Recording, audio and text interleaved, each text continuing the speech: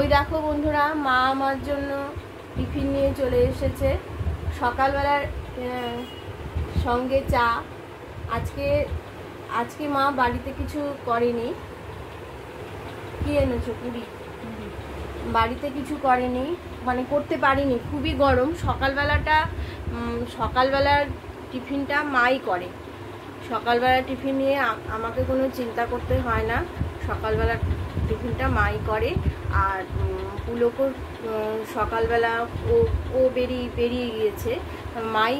আমার মাই সকালবেলা যা টিফিন করে সেটা মার ডিপার্টমেন্ট, আর সেটা পুলককে দিয়ে দেয় খেতে। সকালবেলাটা মাই ওকে খেতে দিয়ে দেয়। আর সেই জন্য সকালবেলা নিয়ে আমার কোনো চিন্তা থাকে না। তারপরে আমি সারাদিনের কাজকর্ম, কি রান্না হবে না হবে, সব তখন আমার হেডেক বলতে আমার উপর সেটা। আর সকালবেলাটা শুরু হয় আমার মায়ের হাতের চা দিয়ে, লিকার চা। আর কি মনে হয় বলো, কি বলো তো, সকালবেলা না মার হাতে চা না খেলে না আমার যেন ভালোই লাগে না। মর্নিং বন্ধুরা, শুভ সকাল। আশা করি তোমরা সবাই ভালো আছো, আমিও ভালো আছি। দেখো বাইরের ওয়েদারটা, কি রোদ উঠেছে, খা খা করছে মনে হচ্ছে যেন চারিদিক। আর দেখেছো গাছের পাতা একটুকু নড়ছে না, কেমন থম মেরে আছে। প্রচণ্ড গরম পড়েছে। রোদটা দেখো কেমন রোদ উঠেছে।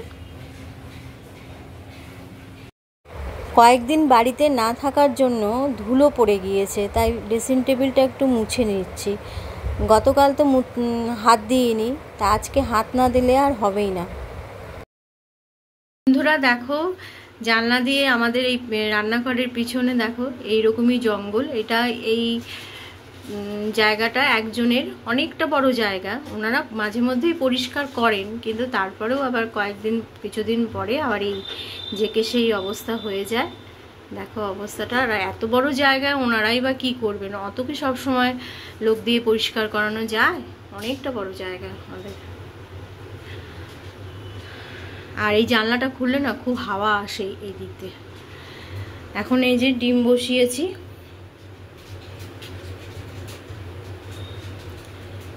ডিমটা বসিয়েছি।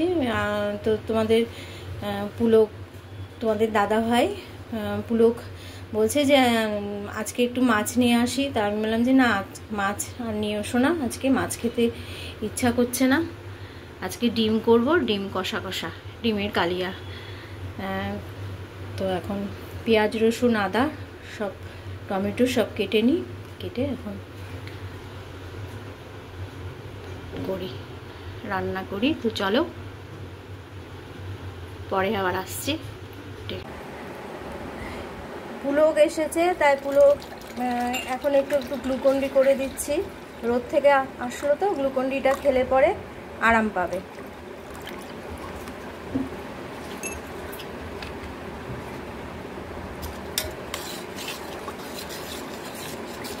আর আমরা এই অরেঞ্জ ফ্লেভারেরটাই গ্লুকন্ডিটাই খাই। এটা না আরও একটা বিশেষ গুণ আছে, সেটা তোমাদেরকে আমি পরে বলছি।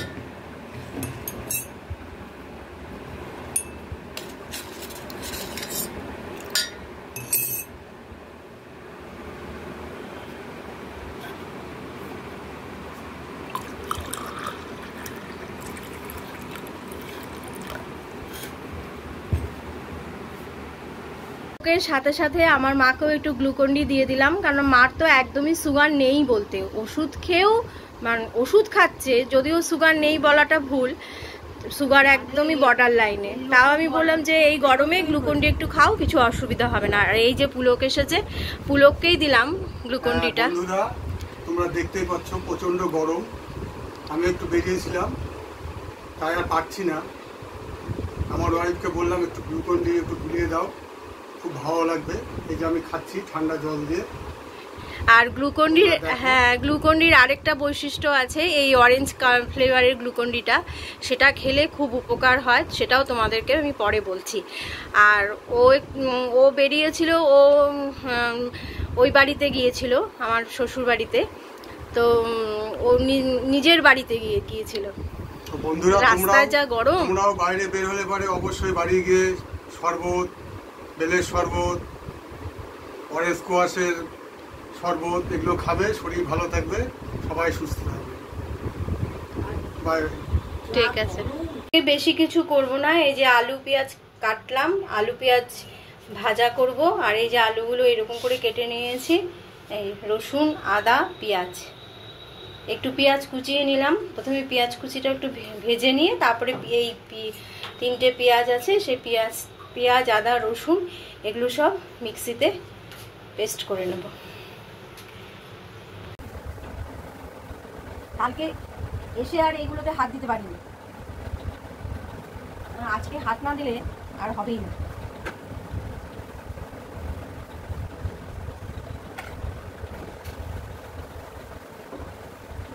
ছিলাম মিক্সিতে সব পেস্ট করে নেব, তো মা বললো যে এইটুকু আর মিক্সি করতে হবে না, আমি ক্র্যাচারে ঘষে দিচ্ছি।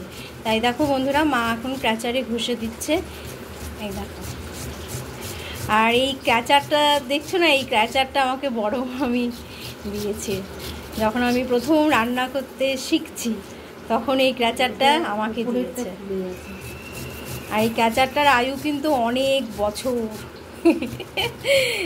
অনেক বছর। কেবল আমি যখন রান্না করতে শিখছি তখন উৎসাহ দেওয়ার জন্য আমাকে দিয়েছে। চলো, তার আগে একটু চা হবে, জামাই খেতে চাইলো, বলে একটু চা করুন মা, তাই চাটা করছি, বসাবো। যে কড়াইয়ের মধ্যে বসিয়ে দিয়েছি ডিম ভাজতে।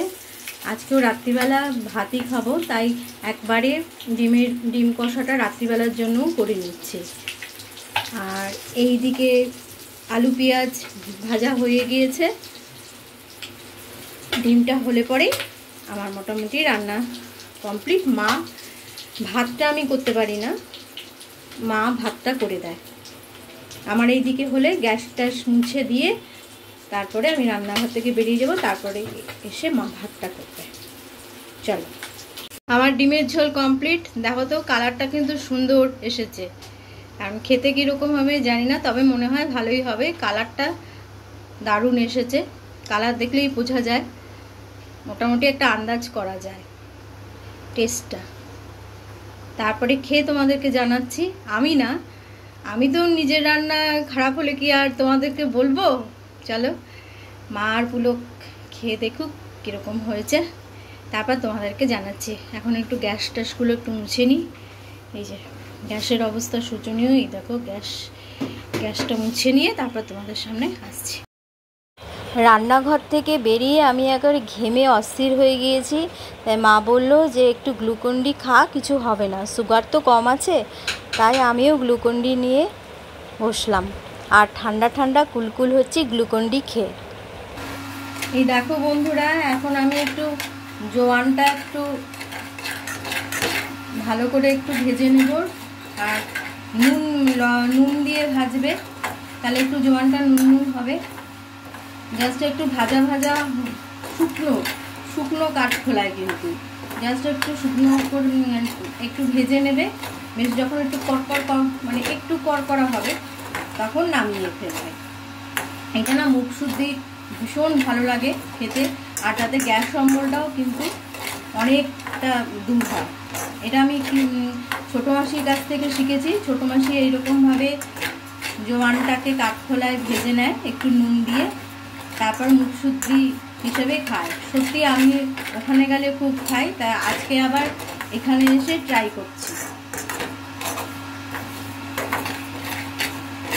তোমরা কিন্তু এইভাবে করতে পারো। জোয়ানটা আমার ভাজা হয়ে গিয়েছে, এবার একটা ডিশের মধ্যে জোয়ানটাকে ঢেলে দিলাম। আর এটা ঠান্ডা হওয়া অবধি আমাদের অপেক্ষা করতে হবে। ঠান্ডা হয়ে গেলে তারপরে তোমরা কৌটোতে তুলে ফেলতে পারো। একবার ট্রাই করে খেয়ে দেখতে পারো, আশা করি ভালো লাগবে।